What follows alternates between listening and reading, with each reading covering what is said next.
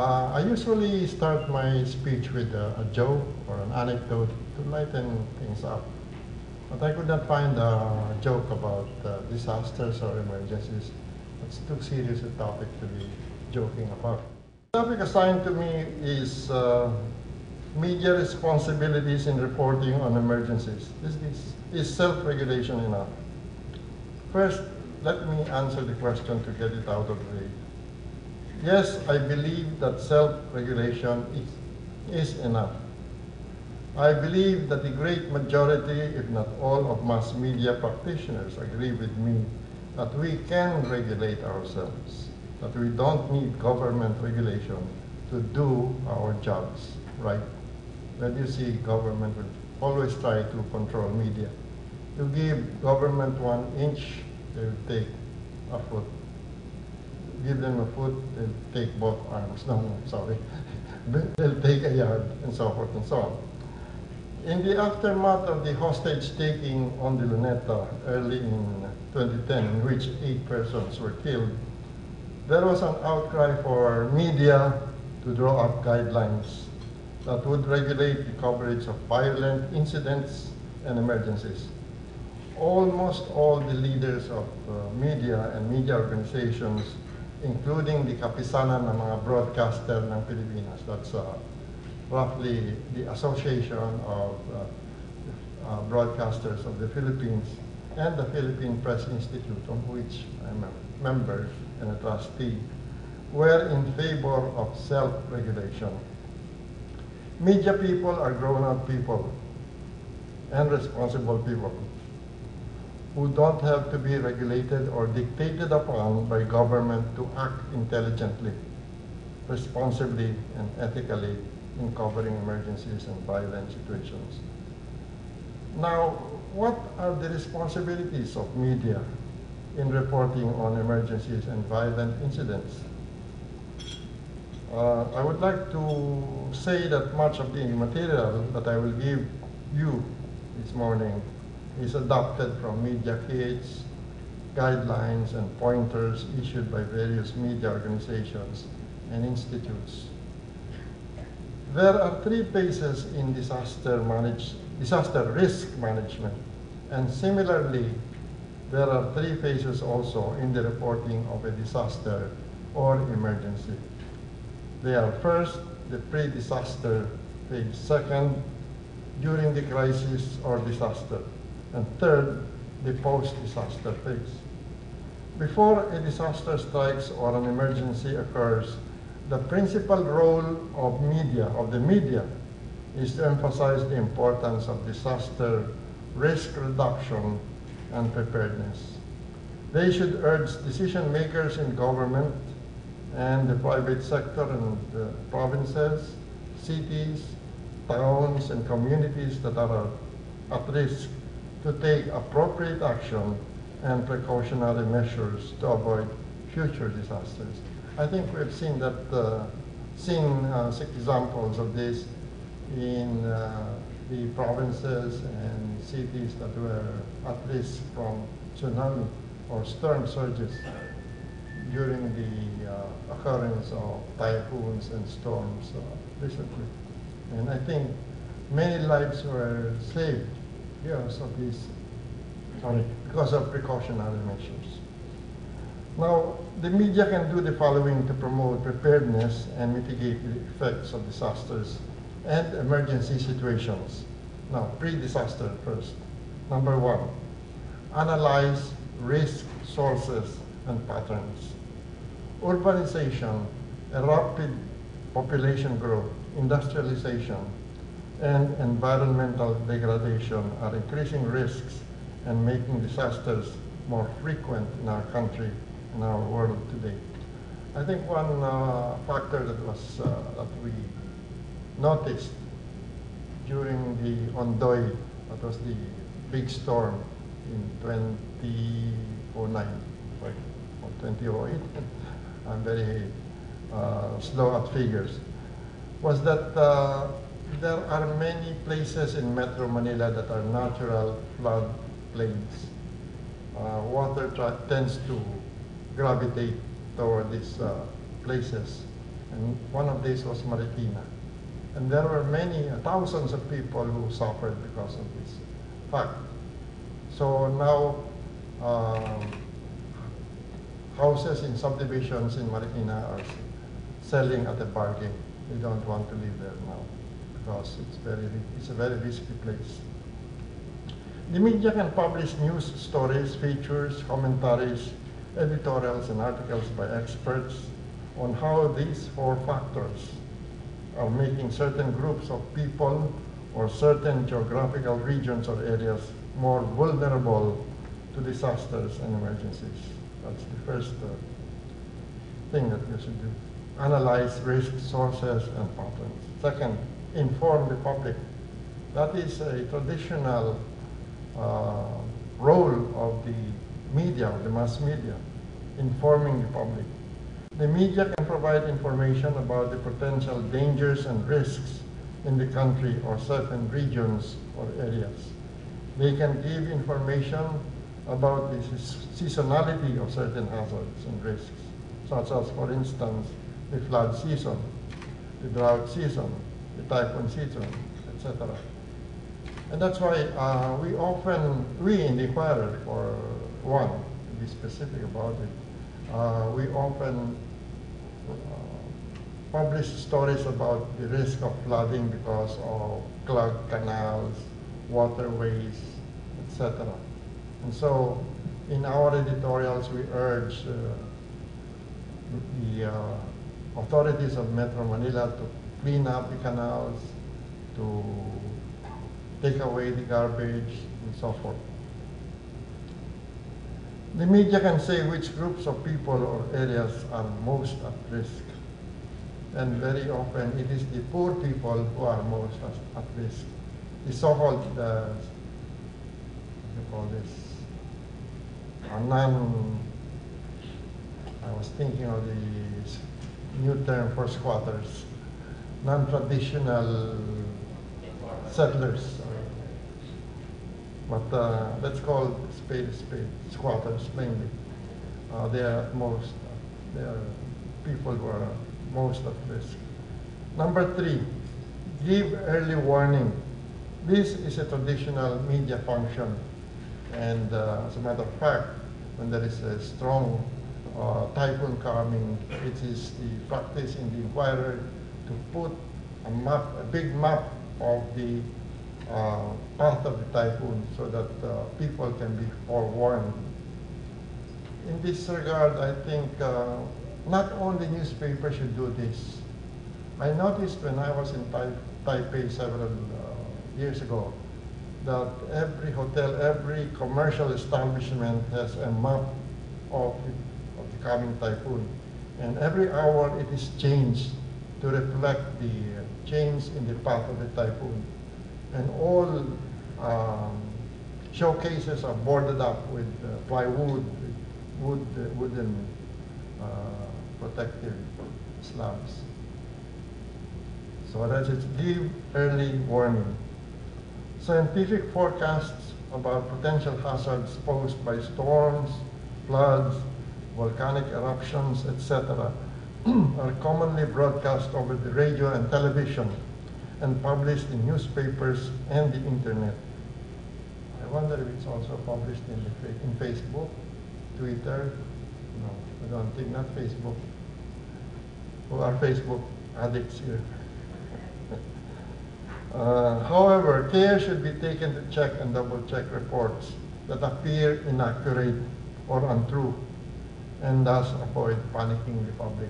There is such a risk of panicking the public if you broadcast untrue or inaccurate information. For instance, the typhoon is about to hit this area, so people will panic. That should not be done. Your information should be checked and double-checked. Number 4, give preparedness information.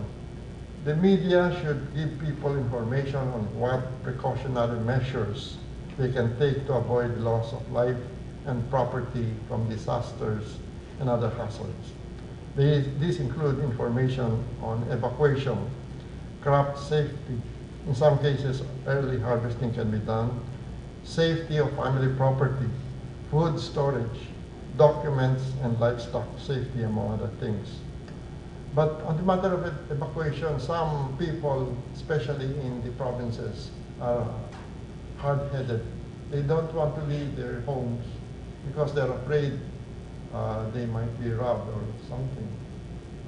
They should be told that life is the most important thing in this world. You cannot replace your lives. You can replace your property or things, but not your life once it's gone. Number five, advocate risk reduction. The media should influence the decisions of government officials and leaders of the private sector to encourage them to give priority to risk reduction. Number 6, encourage people's participation. The media should stress the need for the involvement of communities and the recognition of their role in meeting emergencies. The media should also publish the opinions of people from communities at risk on what they think should be done to reduce their vulnerability and how they can get involved in government and NGO programs. One of the things that we did at the Inquirer right after Ondoy struck was to hold the so-called Inquirer briefing, and we invited experts in flood control, experts in urban planning, etc. And we discussed a holistic approach to the problem of flooding in Metro Manila. And I think we helped the community by doing so. Now, second, during a disaster or emergency situation, the media can, number one, give the public timely and factual information. This includes information about what happened and the extent or about what happened or what is going to happen and the extent of the disaster, the losses caused, and the current situation. In the past, in the recent past, there were some inaccuracies in the forecasting of the path of the typhoon. And as a matter of fact, a high official was dismissed by the President Noynoy Aquino, because he made a wrong forecast. I think the forecasting right now is getting better. Number 2, advise the people about the action to be taken.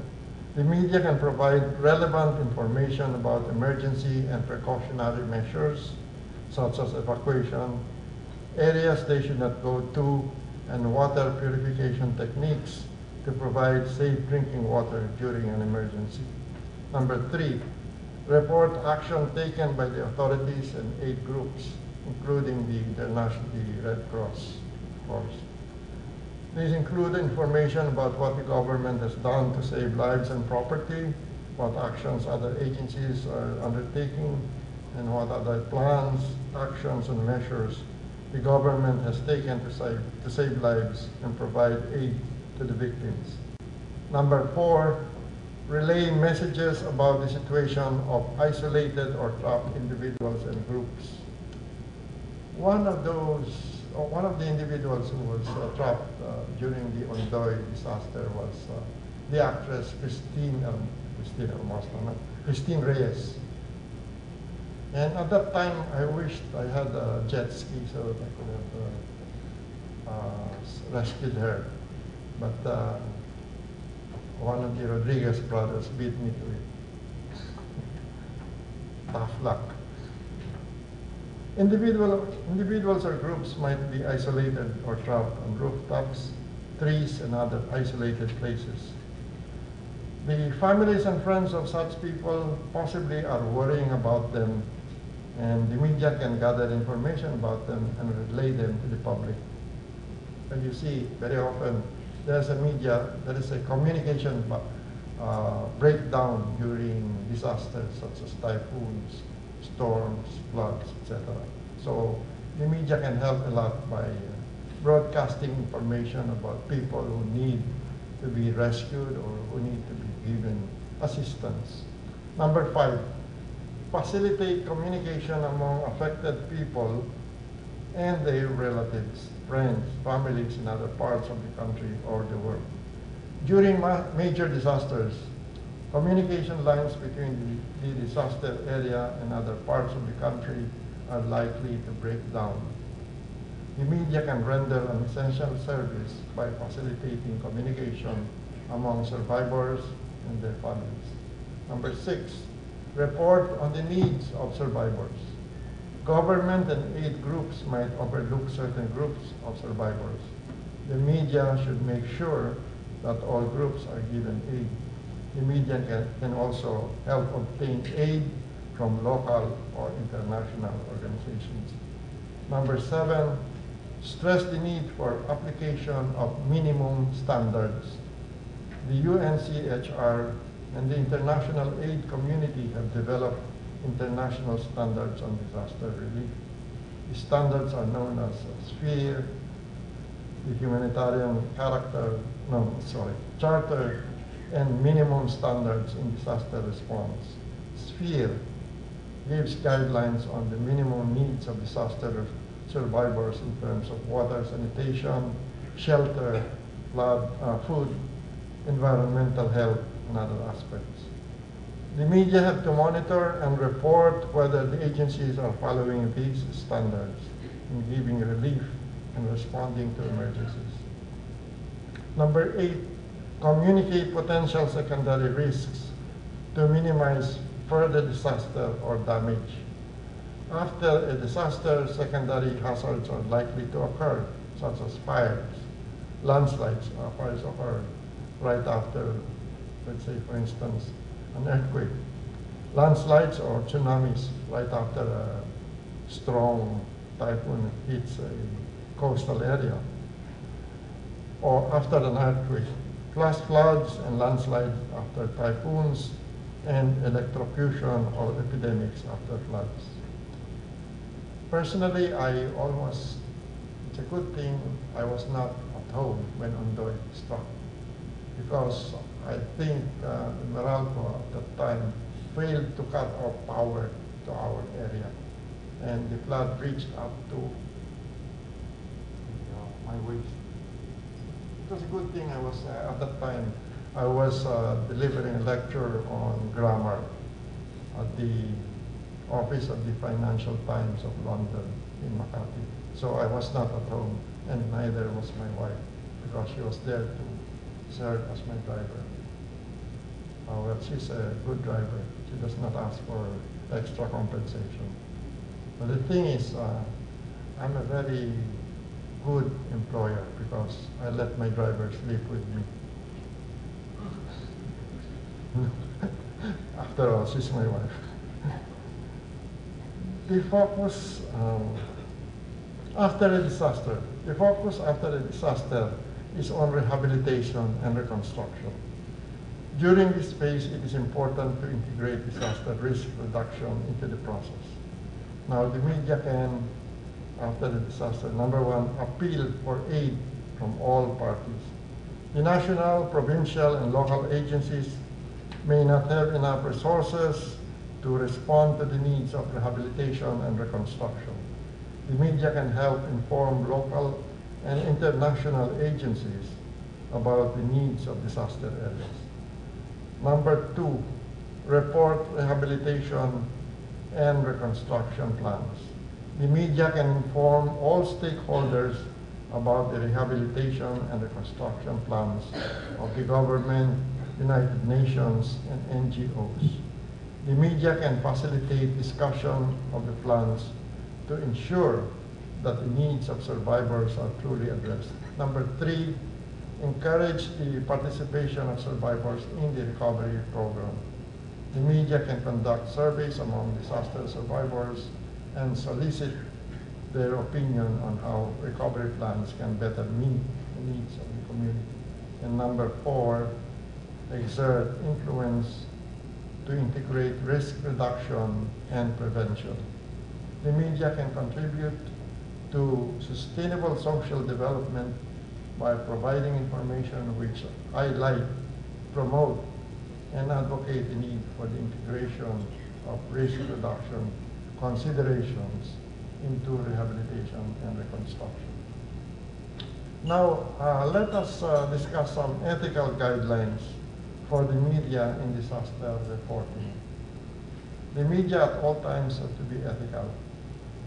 They have to know the difference between right and wrong behavior and always do what is right. And here are some key principles. Number one, be truthful. That's basic. You have to be truthful in your reporting. Do not spread distorted, biased, and opinionated information. Avoid exaggeration as it can lead to racial, religious, or political conflicts that can result in violence. Number two, serve the public interest. Good media practice should be free of obligation to any interest other than the public's right to know. Number three, take a humanitarian approach.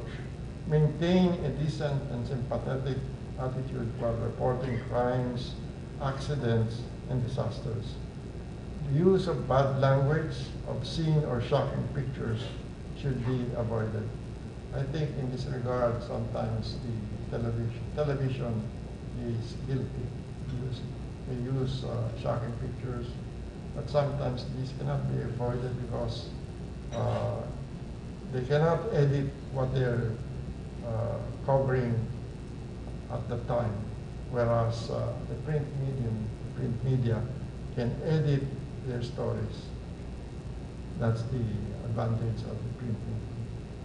Number four, respect privacy. Respect for privacy, however, should not be an obstacle to holding government officials and other individuals or entities accountable for their actions. Number five, maintain your integrity. Refuse gifts, favors, fees, free travel, and special treatment, and shun secondary jobs, public office, political involvement, and service in community organizations if they compromise journalistic integrity. But in some cases, for instance, you have to accept the offer of the Philippine Air Force if it's going to fly a helicopter to see what damage is being caused by a flood in a certain area. But try to offer compensation. Ask the Philippine Air Force, how much should we pay you for riding aboard the helicopter? In other words, pay your way. Number six, honor your sources. Media people owe a responsibility to their sources. They have to maintain the confidentiality of sensitive information and avoid any action that would compromise the safety and security of their sources. Number seven, be accountable for your writing. Admit your mistakes and correct them promptly. For instance, you reported that 10 people were killed in a typhoon, and it turns out that only 8 were killed. Immediately correct the figure in the next day's issue, or if you're in the broadcast media, in the next broadcast. Test the accuracy of information from all sources and exercise care to avoid inadvertent error. In my prepared presentation, I was going to talk on reporting on violence against women, but I noticed that I've gone over the time. Well, as nations and societies develop and become more and more complicated and complex, their dependence on mass media for information increases. Over the years, the media have taken on more and more functions and responsibilities. And one of these involves disaster risk management, where the media plays a key role in saving lives and mitigating the harmful and destructive effects of disasters and other emergencies. As media practitioners, we have to be conscious always of our responsibilities and of the ethical rules that guide our actions so that we can truly serve the interest of the public to which we owe our primary loyalty. Thank you. Thank you so much.